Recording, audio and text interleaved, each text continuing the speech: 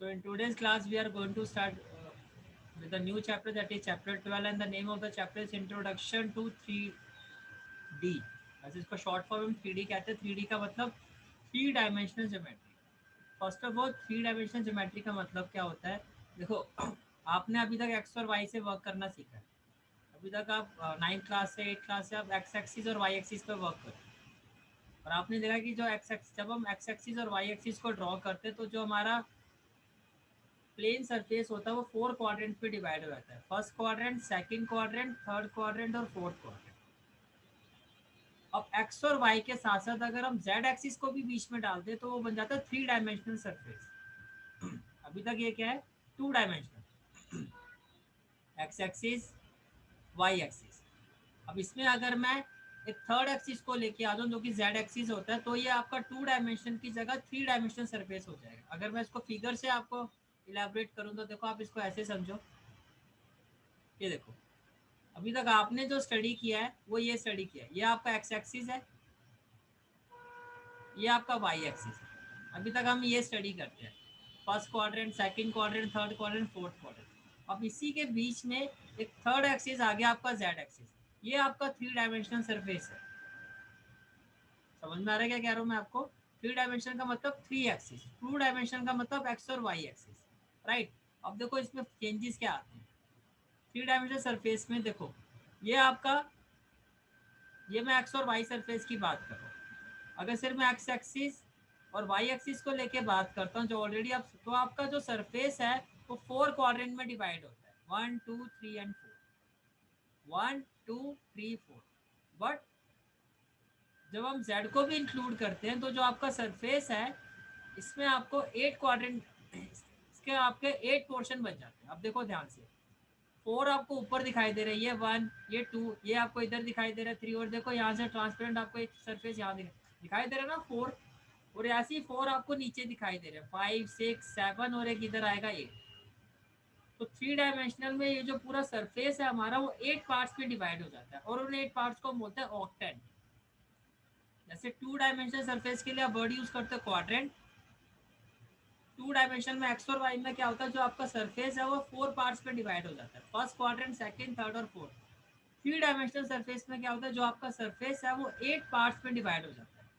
Four देखो आपको ये ऊपर दिखाई दे रहे हैं, और फोर आपको ये नीचे दिखाई दे रहे हैं. ये देखो, ये जो नीचे जिस तरह से दिखाई दे रहे हैं,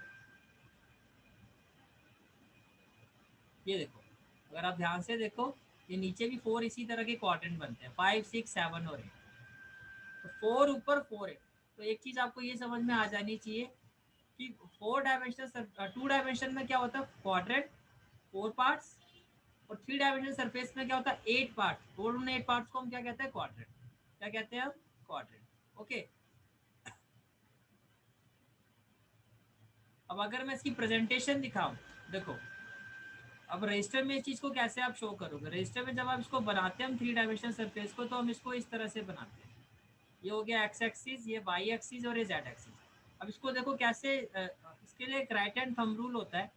राइट हैंड थंब रूल का मतलब क्या हुआ, देखो, ये जो आपकी फिंगर है, ये फिंगर आपकी एक्स एक्सिस पर होती है. मैं आपको ऐसे दिखाता हूँ. ये जो आपकी फिंगर है ये एक्स एक्सिस पर है.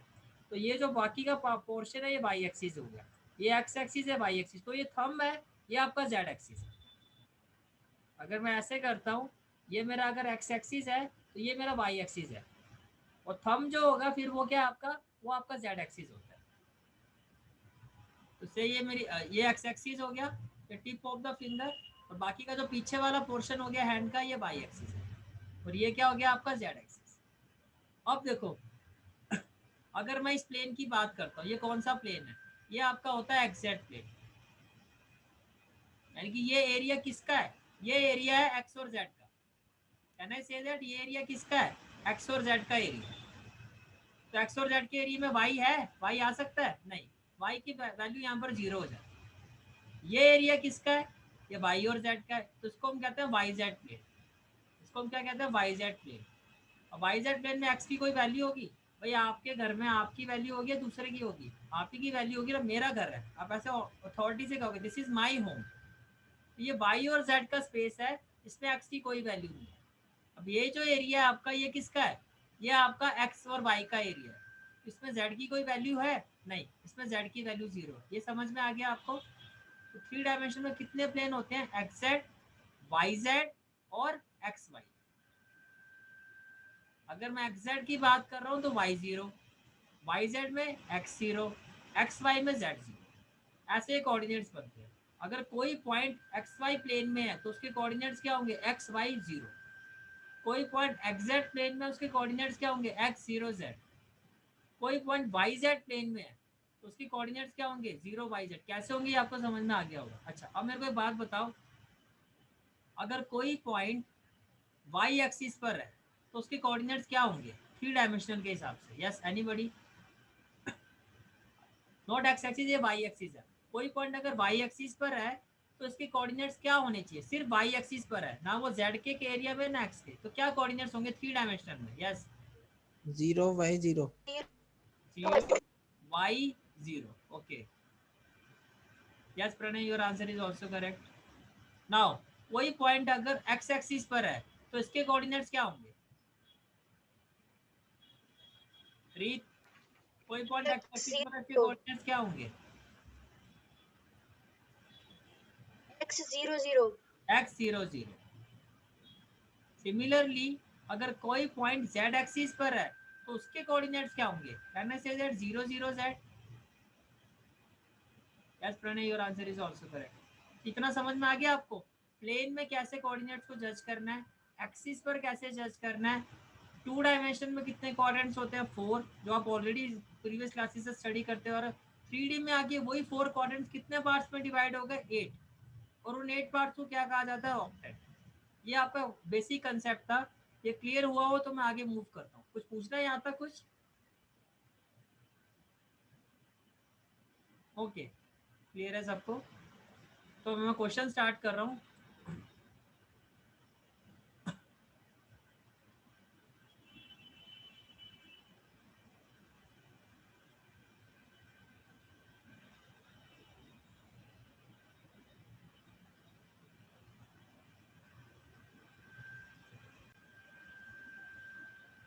तो एक्सरसाइज 12.1 फर्स्ट क्वेश्चन क्या कहा? एक पॉइंट है जो एक्स एक्सिस पर है, पॉइंट सिर्फ एक्स एक्सिस पर है, तो उसका वाई और जेड कोऑर्डिनेट्स क्या होंगे? Yes, if a point is lying only on x axis तो वाई और जेड की वैल्यू क्या होगी? तो वाई भी आपका क्या होगा? 0। यस बिल्कुल, वाई भी आपका क्या होगा? 0 और जेड भी क्या होगा? 0। अभी हमने डिस्कस किया था, अगर पॉइंट कोई अपनी ही एक्सिस पर है, वो किसी के साथ कुछ शेयर नहीं कर रहा है, तो उसी की वैल्यू होती है, बाकी सारे कोऑर्डिनेट्स उसके साथ क्या हो जाते हैं? 0 हो जाते हैं। और point is in the exact plane, अभी एक्स और जेड का एरिया, तो वाई की वैल्यू क्या होगी? अभी हमने डिस्कस किया था 0। नेम द ऑक्टेंट्स, इस पे मैं बाद में आता हूँ, पहले मैं आपको हाँ, क्योंकि इसके लिए मुझे पहले आपको क्लैरिफाई करना होगा कि ऑक्टेंट्स के कोऑर्डिनेट्स कैसे बनाए जाते हैं, कैसे इनकी वैल्यू साइन फाइंड किया जाता है। Fill in the blanks, the X axis and Y axis taken together. अगर आप एक्स और वाई को एक साथ लो तो उस प्लेन को हम क्या कहेंगे? Can I say that X Y plane? Yes और नो? अगर अगर एक्स एक्सिस और वाई एक्सिस को हम एक साथ सम अप करते हैं तो उस एरिया को हम क्या कहते हैं? अभी हमने डिस्कस किया था X Y plane, right? And then coordinates of point in the X Y plane, जो पॉइंट एक्स वाई प्लेन में होगा उसके कोऑर्डिनेट्स क्या होंगे? एक्स कॉमा वाई कॉमा 0, क्योंकि अगर एक्स वाई का एरिया है तो जेड की वैल्यू क्या हो जाएगी? 0। Yes Pranay, you are right. Coordinates plane divide the space, मैंने अभी आपको बताया, ये तो खैर उसने खुद ही बता दिया। देखो, एक्स वाई 2 डायमेंशन में हम कहते हैं प्लेन, और जब 3 डायमेंशन होता है तो वर्ड यूज किया जाता है स्पेस। ऊपर नीचे देखा था ना आपने, ऊपर नीचे कितने पार्ट्स में डिवाइड हुआ था पूरा स्पेस आपका? यस, 3 डायमेंशन में पूरा 8 8 डिवाइडेड इनटू 8 ऑक्टेंट्स। मैं फिर से रिपीट कर रहा हूँ, 2 डायमेंशन के लिए वर्ड हम यूज करते हैं प्लेन, और 3 डायमेंशन के लिए हम वर्ड यूज करते हैं ऑक्टेंट। अब देखो, जो चीज बता रहा हूँ ध्यान से समझना। अब नेक्स्ट क्वेश्चन जो आपका है वो है नेम द ऑक्टेंट, कि ये जो कोऑर्डिनेट्स है वो किस, हमने कहा 8, जो पूरा स्पेस है वो 8 ऑक्टेंट्स में डिवाइड होता है। अब कौन सा पॉइंट किस ऑक्टेंट में होगा? फर्स्ट में होगा, सेकंड में होगा, थर्ड में होगा, फोर्थ में होगा, उसको हम कैसे जज करते हैं? देखो, सिंपल सी बात है।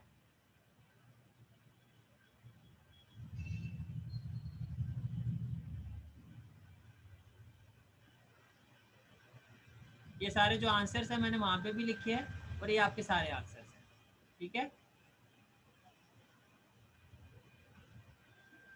देखो आप थोड़ा ध्यान से समझना इस फिगर को। एक्स और वाई में देखो, से ये आपका फर्स्ट क्वाड्रेंट है, ये सेकंड है, थर्ड है, फोर्थ है। ये मैं आपको नॉर्मल वे में बताता हूँ थोड़ी फिगर को क्लैरिफाई करके। देखो ये ज़्यादा आपको क्लैरिफाई हो रहा होगा।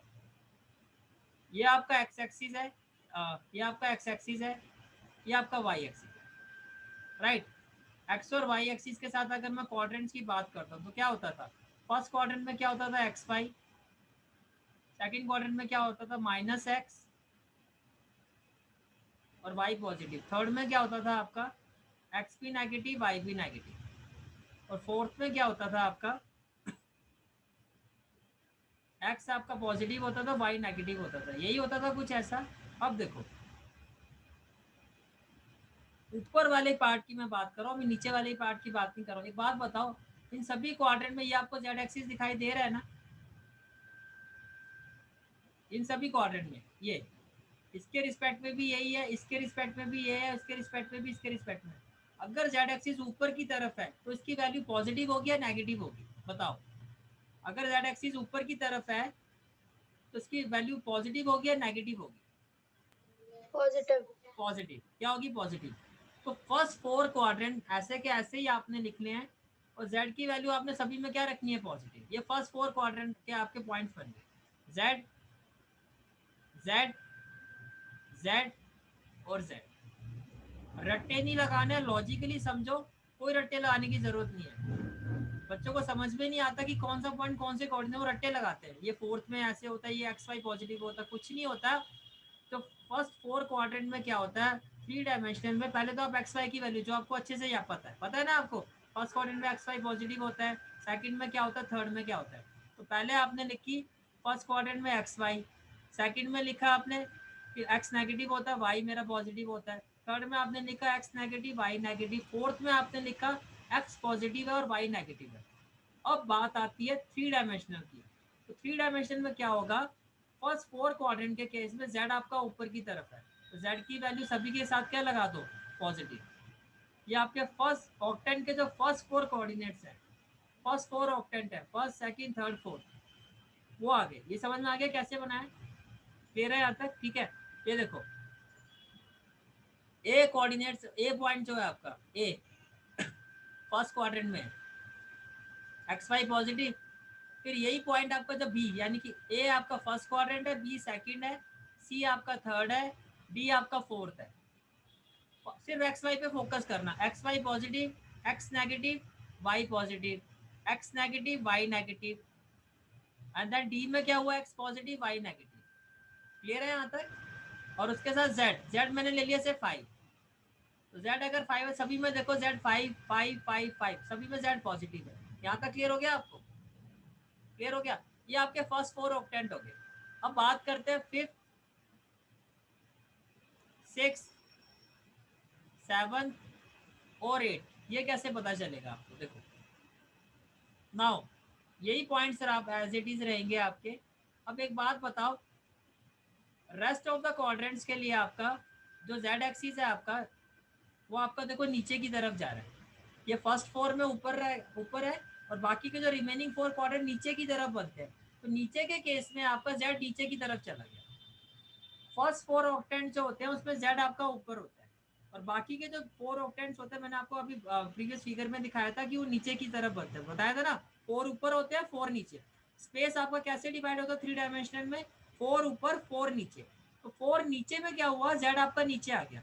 अब जेड नीचे आएगा तो जेड की वैल्यू क्या होगी, नेगेटिव या पॉजिटिव, जल्दी बताओ।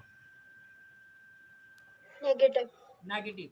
तो अब आपने क्या करना है, यही वैल्यू लिखनी है आपने। ये हो गया आपका फिफ्थ, ये हो गया आपका सिक्स ऑक्टेंट, ये हो गया सेवंथ ऑक्टेंट, और ये हो गया आपका एट्थ ऑक्टेंट।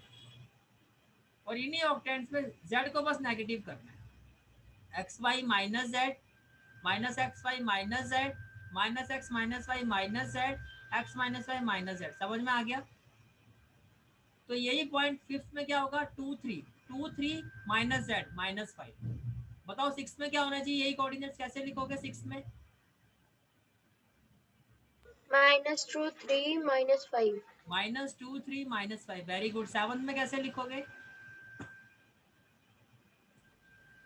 -2 -2 -3 -3 -5 -2 -3 -5, ओके। एट्थ में कैसे लिखोगे? 2 -3 -5 -5 क्या एक ऑक्टेंट आगे समझ में? तो जज किससे करोगे? देखो अगर z नेगेटिव है, अगर z नेगेटिव है तो या तो फिफ्थ ऑक्टेंट होगा, या सिक्स होगा, या सेवंथ होगा, या एट्थ होगा। z पॉजिटिव है तो फर्स्ट फोर में से कोई भी हो सकता है। z negative 5 6 7 8, z positive 1 2 3 4। तो बेसिकली पॉजिटिव से आपको ये पता, देखो z के पॉजिटिव होने से मुझे ये पता चलेगा फर्स्ट फोर ऑक्टेंट में से कोई एक ऑक्टेंट है। जेड अगर नेगेटिव होगा तो 5 6 7 8 में से पता चलेगा। बाकी अब 5 6 7 8 में से मैं कैसे जज करूंगा कि एक्स वाई की वैल्यू क्या है? अब ये आपका क्वेश्चन है, मैं क्वेश्चन से आपको रिलेट करके दिखाता हूँ। यस, क्या लगता है?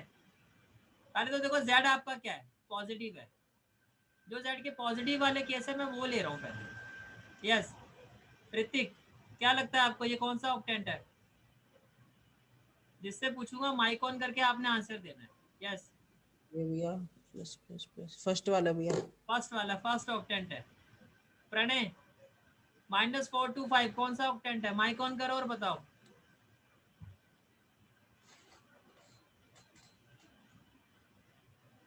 सेकेंड।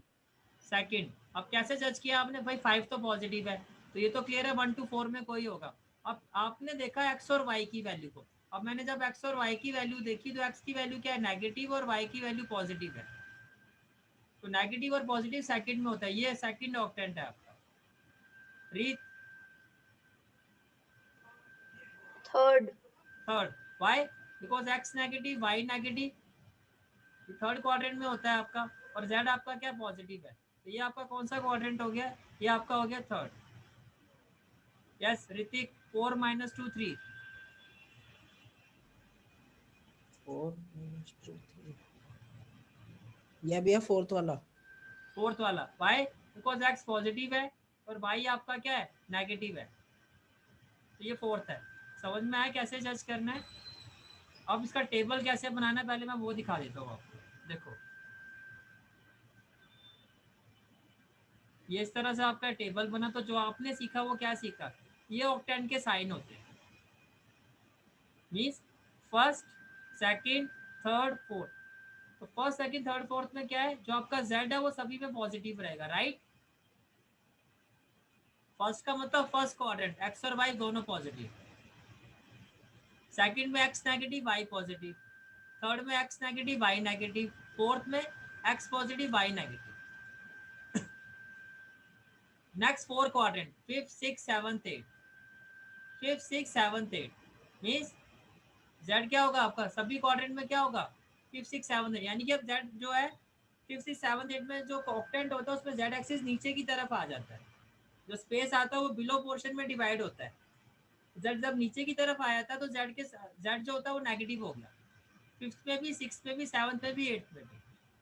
बाकी वही एक्स एक्स पॉजिटिव, फिफ्थ में भी positive. Minus plus minus plus, minus minus minus minus, plus minus plus minus. और इसी के बेसिस पर अब आपका ये क्वेश्चन था। यू कैन सी दैट ये आपका क्वेश्चन था। 1 2 3 तीनों positive, first octant. X minus Y Z, X positive minus Y और जेड, फोर्थ ऑक्टेंट। अब जब एग्जाम में आएगा तो आपको कैसे करना है, वहाँ इतना टाइम नहीं खराब करना है। एग्जाम में जब आएगा तो आपने कैसे करना है, एग्जाम में आपने क्या करना है, रफली आपने पहले जैसे मैंने ऑक्टेंट बनाए वैसे फटाफट बनाना है। कैसे बनाओगे, first second third fourth fifth six seven eight, ये लिखा आपने। फिर नेक्स्ट स्टेप क्या होगा, 1 to 4 जो एक्स वाई जेड, 1 to 4 में क्या होगा, जेड मेरा पॉजिटिव। और 5 to 8 में मेरा क्या होगा, जेड जो होगा मेरा क्या होगा, नेगेटिव। देन जो फर्स्ट में होगा वही फिफ्थ में होगा, प्लस प्लस प्लस प्लस। जो सेकंड में होगा वही सिक्स में होगा। एक्स क्या होगा आपका negative, Y positive, negative positive. Third में, जो थर्ड में होगा वही सेवंथ में होगा, negative negative negative negative. Fourth में जो होगा वही एट्थ में होगा। समझ में आ रहा है क्या कह रहा हूँ? फोर्थ में जो होगा वही एट्थ में इफेक्ट होगा। क्या होगा? एक्स आपका पॉजिटिव, वाई नेगेटिव। क्लियर हो गया कैसे बनाते हैं इसको? ये आपने फटाफट बनाना, जो पॉइंट्स गिवन होंगे उससे रिलेट करके आपको बताना कि कौन सा ऑक्टेंट है। ठीक है, अनलेस और अनटिल बहुत ज्यादा कॉन्फिडेंस। मेरा सिर्फ कहने का मतलब है, अगर आपको सोचना पड़ रहा है, वहाँ पे स्प्लिट ऑफ सेकंड की भी वैल्यू होती है। अगर आपको सोचना पड़ रहा है, एड्रेस करना पड़ रहा है, if you are getting confuse, तो बेस्ट वे है फटाफट ऑक्टेंट बनाओ और रिलेट करके बताओ। जैसे कि यहाँ पर मैंने आपको करके दिखाया, यहाँ बना के मैंने इसको करने का वे यही है कि इसी तरह से एग्जाम, ये आपका रफ पोर्शन हो गया, मैंने ऑक्टेंट बनाए, मैंने रिलेट करना शुरू किया।